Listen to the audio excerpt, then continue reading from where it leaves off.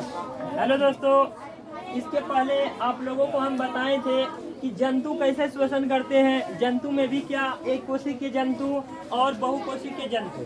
तो बताए थे कि एक कोशिक के जंतु विसरण क्रिया के द्वारा श्वसन क्रिया को संपादित करते हैं और बहुकोशिक के जीव विसरण क्रिया के द्वारा नहीं, उसे श्वसन करने के लिए उसमें अंग पाया जाता है। क्या पाया जाता है?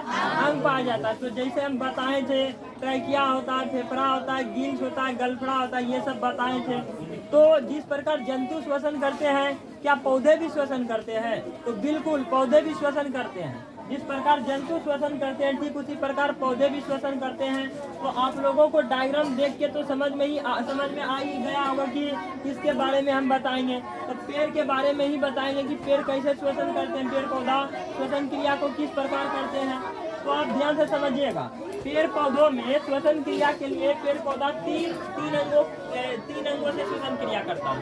कई अंगों से? 3 अंगों से। जैसे हम लोग श्वसन क्रिया कैसे करते हैं? फेफड़ा रहता है तब न करते हैं। तब पेड़ पौधा श्वसन जो करता है 3 अंगों से करता है। पहला देखिए क्या लिखे हैं, पत्ती। पहला क्या है? पत्ती। पहला पत्ती से करता है। दूसरा यहाँ जैसे देखिए, ऐसे देखें उसका ऐसे मतलब जड़ से निकला हुआ शाखा टहनी, उसमें रहता बातरंध्र रहता। क्या रहता है? बातरंध्र। उस जगह तनों में क्या रहता? बातरंध्र रहता। पत्ती में क्या रहता है? रंध्र रहता। ठीक है। और जड़ ये जो जड़ है, नीचे जड़ में क्या रहता है? मूलरोम रहता है। तो 3 जगह से पेड़ पौधा क्या करता है? श्वसन करता है। तो श्वसन करता है तो क्या होता है सर? क्या ये भी ऑक्सीजन लेता है? तब बिल्कुल ये भी ऑक्सीजन लेता है और कार्बन डाइऑक्साइड के रूप में छोड़ता है। ऑक्सीजन लेना, कार्बन डाइऑक्साइड छोड़ना। पौधा भी इसी प्रकार श्वसन करता है जिस प्रकार हम लोग ऑक्सीजन लेते हैं और कार्बन डाइऑक्साइड छोड़ते हैं, तो ठीक उसी प्रकार पेड़ पौधा भी करता है। होता क्या है आप ध्यान से समझिएगा। ये क्या है? पत्ती है। ये क्या है? तना है। और ये क्या है? मूलरोम है। ठीक ना? तो तीनों में विशेष अंग है। रंध्र है, बातरंध्र है। ये क्या है? जड़ है, मूलरोम है। तो इसमें होता क्या आप ध्यान समझिए। जब आप इसमें ऑक्सीजन यहाँ से अंदर जाता, कौन क्रिया के द्वारा? तब विसरण क्रिया के द्वारा। विसरण क्रिया के द्वारा जाता। जैसे देखिए इसमें क्या लिखे, पेड़ पौधे अपनी श्वसन क्रिया पत्तियों, तना और जड़ों में छोटे छोटे छिद्र द्वारा करते हैं। समझ में आ गया होगा, तीनों बताए हैं। उसके बाद देखिए हम एक करके लिख दिए। पत्तियों में रंध्र पाया जाता है। पत्तियों में क्या पाया जाता है? रंध्र पाया जाता है, जिसे हम स्टोमाटा बोलते हैं। जिसके कारण पेड़ पौधे क्या करते हैं? श्वसन करते हैं। पहला बात। दूसरा बात क्या हुआ? तनों में बातरंध्र पाए जाते हैं। तनों में बातरंध्र पाए जाते हैं, जिसके सहायता से पेड़ पौधे क्या करते हैं? श्वसन करते हैं। तीसरा क्या लिखे? जड़ों में मूलरोम पाए जाते हैं। जड़ों में क्या पाए जाते हैं? मूलरोम पाए जाते हैं। तो जड़ों में मूलरोम पाया जाता है, जिसकी सहायता से पेड़ पौधा क्या करता है? श्वसन करता है। अब देखिए गैसों का आदान प्रदान क्या कहलाता है? विसरण कहलाता है। अब देखिए समझिए थोड़ा ध्यान। जब आप श्वसन करते हैं, बोलिए श्वसन किए, तो श्वसन करते हैं तो ऑक्सीजन अंदर गया कि नहीं गया? जब ऑक्सीजन अंदर गया तो ऑक्सीजन का कम हुआ। तो उसके बाद ऑक्सीजन कम होने के बाद जो ऑक्सीजन से जो मिल के अंदर में बनेगा, तो प्रति फल के रूप में कार्बन डाइऑक्साइड गैस बनता है। कौन गैस बनता है? Carbon dioxide. जैसे हम लोग ऑक्सीजन लेते हैं तो ऑक्सीजन का कम होता है, अंदर में होता है कि ना होता? और उसके बाद कार्बन डाइऑक्साइड बनता है तो छोड़ते हैं। तो ये भी ऑक्सीजन लेता है, कार्बन डाइऑक्साइड छोड़ता है। तो ऑक्सीजन गया, ऑक्सीजन का कम हुआ, ऑक्सीजन के कम होने के बाद कार्बन डाइऑक्साइड बना। तो कार्बन डाइऑक्साइड जो बनता है ये क्या होता है? बातरंध्र से निकलता है। बातरंध्र से क्या निकलता है। तो इसे ही क्या कहा जाता है? श्वसन कहा जाता है। पत्तियों में श्वसन कहा जाता है, पेड़ पौधों में श्वसन कहा जाता है। अब थोड़ा सा बात गौर करने वाला ये है कि आप प्रकाश संश्लेषण समझते हैं?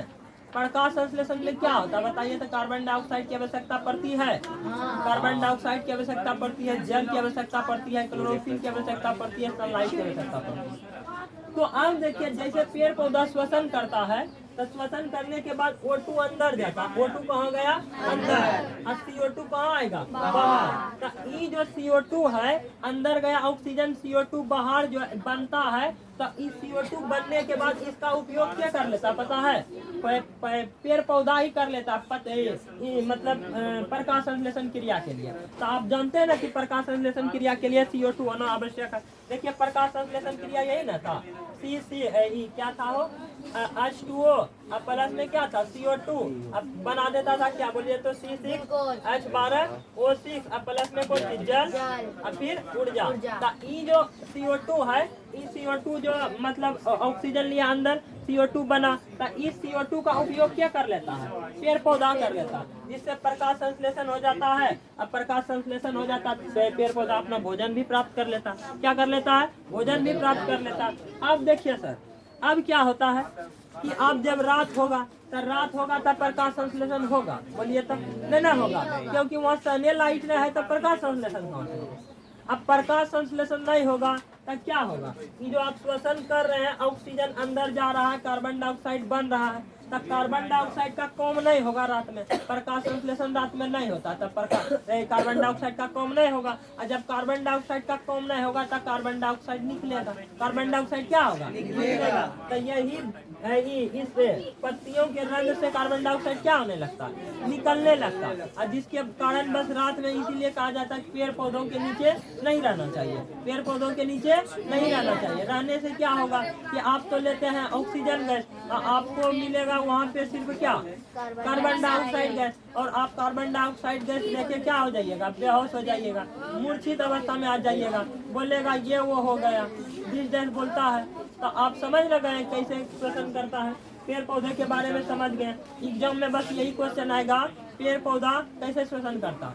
ऑप्शन नंबर ए रहेगा पत्ती, ऑप्शन नंबर बी रहेगा मूल रोग, ऑप्शन नंबर सी रहेगा क्या हो वातरंग, ऑप्शन नंबर डी रहेगा इनमें सभी। तो आप धड़पड़ा जाइएगा, आप धड़पड़ा के देखिएगा ए नंबर पत्ती लगाओ, ठीक, और आगे बढ़ जाओ। भूल से भी गलती मत कीजिएगा, पत्ती नहीं क्या लगाइएगा, इनमें सभी। समझ लगे, आप ये समझ गए। तो है देखिए अब इधर क्या लिखे हैं, इधर बताइए चुके हैं हम आपको। सूक्ष्म जीव या एक कोशिकीय जीव श्वसन कैसे करते हैं, तो विसरण क्रिया के द्वारा श्वसन करता है। कैसे करता है, विसरण क्रिया के द्वारा। हम बता दें विसरण क्या होता है, एकदम सिंपल लैंग्वेज में आपको विसरण समझाते हैं क्या होता है, ध्यान समझिएगा। है देखिए ये क्या होता है, मान लीजिए एगो ऐसे बीकर ले लिए, ये क्या लिए बीकर में एक ऐसा प्लेट दिए, इसका नाम है सेमी पर एसपीएम, समझ लीजिए इसको एसपीएम बोलते हैं, semi permeable membrane. Semi permeable membrane अंग्रेजी में बोलते हैं, पर हिंदी में इसको बोलेंगे अर्धपारगम्य झिल्ली, क्या बोलेंगे, अर्धपारगम्य झिल्ली। तो ठीक ना। अब क्या कीजिए, सपोज दैट समझने के लिए, ऐसा तो होता नहीं है, हम समझाने के लिए करते हैं। देखिए मान लीजिए कि इसमें आप चीनी का घोल बनाए, किसका घोल बनाए, एक तरफ चीनी का घोल बना, इधर मान लीजिए 5 चम्मच चीनी मिलाए हैं, पानी यहाँ तक दिए, उतने पानी यहाँ तक इसमें भी दीजिए। इधर 5 चम्मच चीनी मिलाए हैं, इधर 3 चम्मच चीनी मिलाए हैं। कई चम्मच चीनी मिलाए हैं, 3 चम्मच। तब पानी मीठा किधर का होगा, इधर का या इधर का, इधर का होगा। आप देखिए विसरण में पता है क्या हो जाता है, ये जो है विसरण में इधर इधर आता है। अर्धपारगम मतलब क्या होता है, आधा चीज पार होगा, आधा चीज पार नहीं होगा। अर्धपारगम मतलब यही होता है कुछ चीजें पार हो जाती है।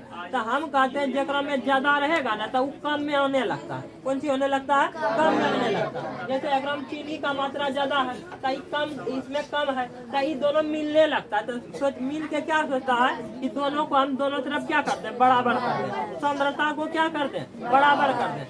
जितना मीठा इधर वाला होगा उतने मीठा इधर वाला होगा। यही तो है विसरण, यही क्या है विसरण, एक समान करना क्या है विसरण। इधर उधर हो रहा है तब ये ना विसरण होगा, और तब ना बराबर होगा। तो यही होता है। इसी में जैसे देखिए अमीबा सब श्वसन करता है, तो अंदर से जाता है, बाहर से गैस जाता है उसके शरीर में, तो विसरण प्रोसेस में होता है। कौन प्रोसेस, विसरण प्रोसेस होता है। आप देखिए ये समझ गए होंगे, जब कोई चीज उच्च सांद्रता से, सांद्रता समझते हैं उसका क्षमता, सांद्रता मतलब क्षमता। जैसे इधर 5 चीनी वाला है, 5 चम्मच वाला चीनी, इधर 3 चम्मच वाला चीनी, तब मीठा वाला क्षमता है कि नहीं, मीठा वाला। आप देखिए जब कोई चीज उच्च सांद्रता से निम्न सांद्रता की ओर अर्धपारगम झिल्ली को पार करके, कौन झिल्ली को, अर्धपारगम झिल्ली को पार करके जाता है तो उसे क्या बोलते हैं, विसरण करते हैं। उसे क्या बोलते हैं, विसरण करते हैं। समझ में आया, विसरण आ गया होगा, उम्मीद करते हैं कि आ गया होगा। तो यही होता है विसरण। आप देखिए एगो क्वेश्चन पूछता है, कार्बन मोनोऑक्साइड जिसको हम CO बोलते हैं, क्या बोलते हैं, CO। कार्बन मोनोऑक्साइड गैस को प्राणघात गैस क्यों कहा जाता है, प्राणघात समझते हैं। प्राणघात मतलब हत्या वाला, हत्या कर देने वाला गैस। प्राण घात गैस क्यों, जो कि प्राणे एकदम आपका छीन लेता है, तो प्राण घात गैस क्यों कहते हैं? क्योंकि होता क्या है, देखिए जब आप कार्बन मोनोऑक्साइड के संपर्क में आइएगा ना, तो कार्बन मोनोऑक्साइड आपके शरीर में जाएगा कि नहीं जाएगा? संपर्क में आइएगा तो जाएगा। और जब कार्बन मोनोऑक्साइड जाएगा तो कार्बन मोनोऑक्साइड अंदर जाएगा तो वो ग्लूकोज, वो जो फेफड़ा में जाएगा। अब फेफड़ा से कहाँ जाता है? ग्लूकोज में है, उसमें जाता है, रुधिर में जाता है। और रुधिर में हीमोग्लोबिन ना होता है, क्या होता है? हीमोग्लोबिन। और वो हीमोग्लोबिन के साथ वो कार्बन मोनोऑक्साइड रिएक्शन कर लेता है। क्या कर लेता है? रिएक्शन। और रिएक्शन करने के बाद ऑक्जेलिक एसिड बना देता है। क्या बना देता है? ऑक्जेलिक एसिड बना देता है, ठीक ना। और ये ऑक्जेलिक एसिड ऑक्सीजन को आने जाने में बाधा बनता है। क्या बनता है? बाधा। अच्छा आप बताइए, आपको तो ऑक्सीजन चाहिए, और ऑक्सीजन को आने जाने के लिए बाधा बनाएगा तो आप तो दुनिया नहीं छोड़िएगा, आप दुनिया नहीं छोड़िएगा, आपका मृत्यु हो जाएगा। आपका क्या हो जाएगा? मृत्यु हो जाएगा। तो इसीलिए कहा जाता है कार्बन डाइऑक्साइड गैस को कौन सी? कार्बन डाइऑक्साइड है। कार्बन मोनोऑक्साइड गैस को कौन सी कहा जाता है? प्राण घाती गैस। कौन गैस? प्राण घाती गैस। देखिए कार्बन मोनोऑक्साइड को सबसे जहरीली गैस माना जाता है, ठीक है, क्योंकि यह हीमोग्लोबिन के साथ अभिक्रिया करके ऑक्जेलिक एसिड बना देता है। कौन एसिड? ऑक्जेलिक एसिड बना देता है। ऑक्सीजन है निर्माण करता है। यह शरीर की कोशिकाओं तक ऑक्सीजन को जाने से क्या करता है? रोकता है। शरीर की कोशिकाओं तक ऑक्सीजन को जाने से क्या करता है? रोकता है। ऑक्सीजन के अभाव में व्यक्ति की मौत हो जाती है। ऑक्सीजन के अभाव में व्यक्ति की मौत होगी या नहीं होगी? हो जाएगी। तो इसीलिए इसी कारण से इसे क्या कहा जाता है? प्राणघात गैस कहा जाता है। समझ में आया होगा? आप यदि इतना कर लेते हैं तो आपके एग्जाम के लिए काफ़ी है। आपका एग्जाम हर एक अपना बिहार बोर्ड का बच्चा है, तो बिहार बोर्ड के बच्चों के लिए इतना काफ़ी है। आप इतना सा कर लीजिए, आपका हर एक क्वेश्चन होगा। जितना पढ़ाए उसको डिटेल देखिए, डिटेल समझिए। नहीं भी समझ में आया फिर से कमेंट कीजिए, हम उसके लिए वीडियो लाएंगे। Thank you for watching this video.